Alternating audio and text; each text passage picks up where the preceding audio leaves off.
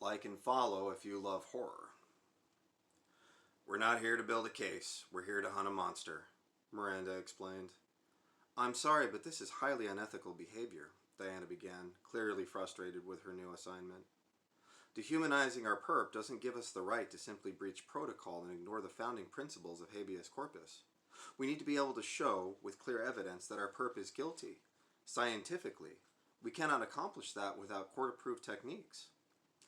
I know this is irregular, but trust me, we have specific techniques that are tested and proven. Miranda would usually bite the head off of a subordinate for that kind of backtalk. But if she wanted Diana to accept things she was about to see, she needed to be as gentle as her instincts would allow. We got something. Just then, Ronnie popped in. A squashed disc of deer poop was floating over his hand. Diana was stunned. Miranda began to massage her temples. What did I just tell you two in the cabin? The low growl that usually emitted from Miranda was now almost a full snarl, to the point where the words were almost unintelligible. Diana flinched away from the sound coming from Miranda and backpedaled. She clumsily stumbled over uneven sand and fell to her butt. How are you doing that? Diana struggled to speak for the... Diana struggled to speak after a second had passed. Time stasis spell with a little wind magic to create an air pocket, Ronnie explained with a smug look on his face. Spell? Magic? Diana's eyes darted from team member to team member. You want me to explain centuries of thaumatology to you right now? Ronnie was on a roll. Miranda eyeballed Ronnie and growled deeply. He straightened up and the smile disappeared from his face. Agent Saperstein, I know this is a lot to take in at first, but it'll all start to feel natural over the next few months, I assure you. Miranda offered a hand to help up Diana from the sand. At first, Diana shrunk away from the offer, but after a second she took Miranda's firm grip and found herself standing, supported by the powerful woman. Her legs rattled under her slightly. It was a feeling Diana hadn't felt since her first year at the academy. Her eyes fell back on the floating piece of droppings, and she reached inside herself to take hold of the only thing that gave her comfort. Details. How does it work? She asked sheepishly. Well, time stasis prevents decay, but causes a ton of outside entropy. Set it in a pocket of air and it stirs the air harmlessly. Let it fall to the ground and you have yourself a jumping beam with infinite potential kinetics, Ronnie explained.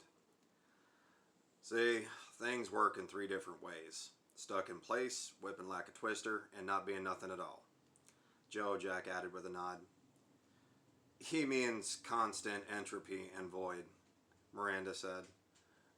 There's governing laws of physics, which are constant. Their polar opposite, which is inconsistent.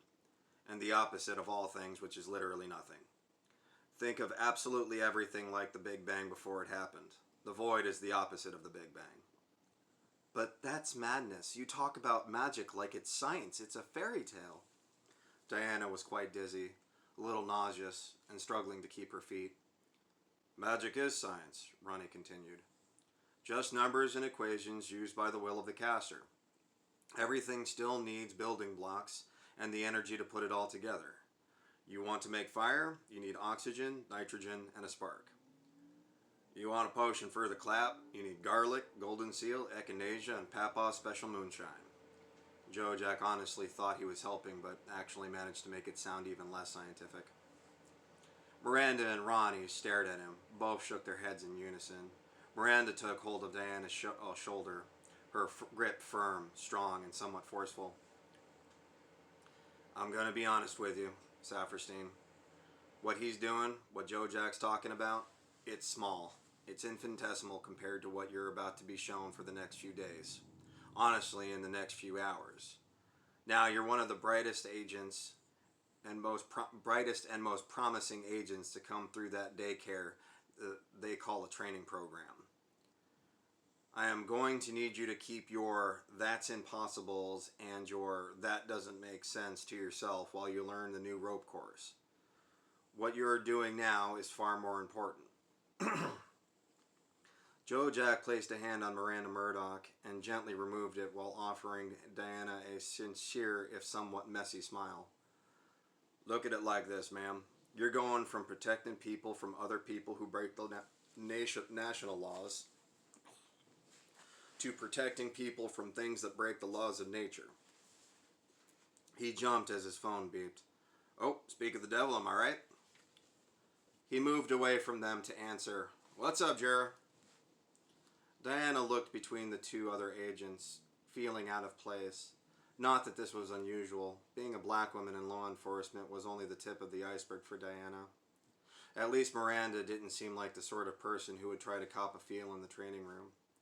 She stared at her tablet for a few moments and then retreated into her own personal space. Reality. That's a footprint. It is, Ronnie answered. More than likely from our perp. Note the size and shape of the arch and the depth of the impression. The perp is unusually large then, approximately between 7 foot 8 inches and 8 feet. Diana unknowingly regurgitated what Ronnie had already said. That's right, he said, encouraging Diana for the first time since they'd met. What we have here is an abnormally large humanoid running on a chemical system as opposed to a metabolic system. A Frankenstein's monster, or Frankenstein for short. You mean Mary Shelley's Frankenstein? Diana tried to sound like she was keeping up and not rejecting new information. Correct. Named after the original abomination created by Victor Frankenstein. A reanimated human using chemical reagents. Technically alive but more machine than man, Ronnie explained. I think I'm starting to understand our killer's motivation. Diana struggled to accept what her mind was still recoiling from as illogical, but she could easily sink her teeth into something as simple as criminal motivation. If we're talking about a reanimated human, how much of their original memory is retained? Case studies have varied. Some are fairly animalistic, reacting almost entirely on instinct.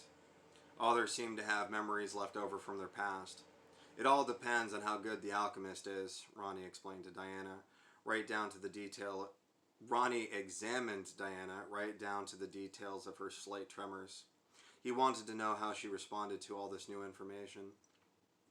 Diana ignored the word alchemist and focused on the science of the human body. Of course, memory isn't stored in the brain like a computer. A single cell doesn't hold memory like a computer chip, but rather memory is an electrical looping sequence of connections between neurons. What the reanimated mind remembers would be completely derived from the connections that remained intact and were then reinvigorated by the alchemy. Diana's gaze met Ronnie's, and an uncomfortable silence fell between them. Both Ronnie and Miranda could tell that poor Diana didn't know how to interpret their expression. Between the awkward socialization and the dizzying new information, Diana was lost. Spit it out. Miranda leaned towards Diana. The killer remembers a significant amount of his humanity and is disgusted by those who would waste it. He feels robbed of his real experiences and wants to punish his victims for being so guiltless about theirs. His behavior is eventually going to grow beyond collecting amygdala. I assume they're a necessary agent for the alchemy. Diana tripped over the word but pushed through it. This isn't going to be about collecting reagents forever. Eventually it'll become about fulfilling a fantasy, about punishing the unworthy. He's already on the verge of that sensation. He failed to collect all 4 amygdala this time, and the manner of his killings was far more brutal than the last. He was enjoying the killings, distracted by them. He didn't even try to preserve the amygdala of the Vic he stuffed into the fireplace.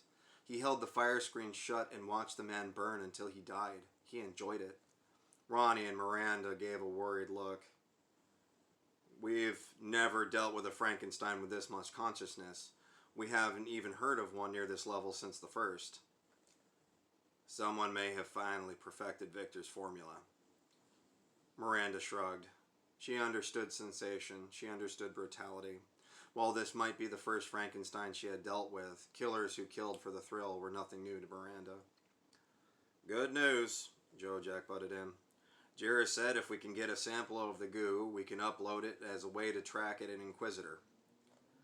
Finally, some good news. Miranda stood up and stood up straight and thought aloud.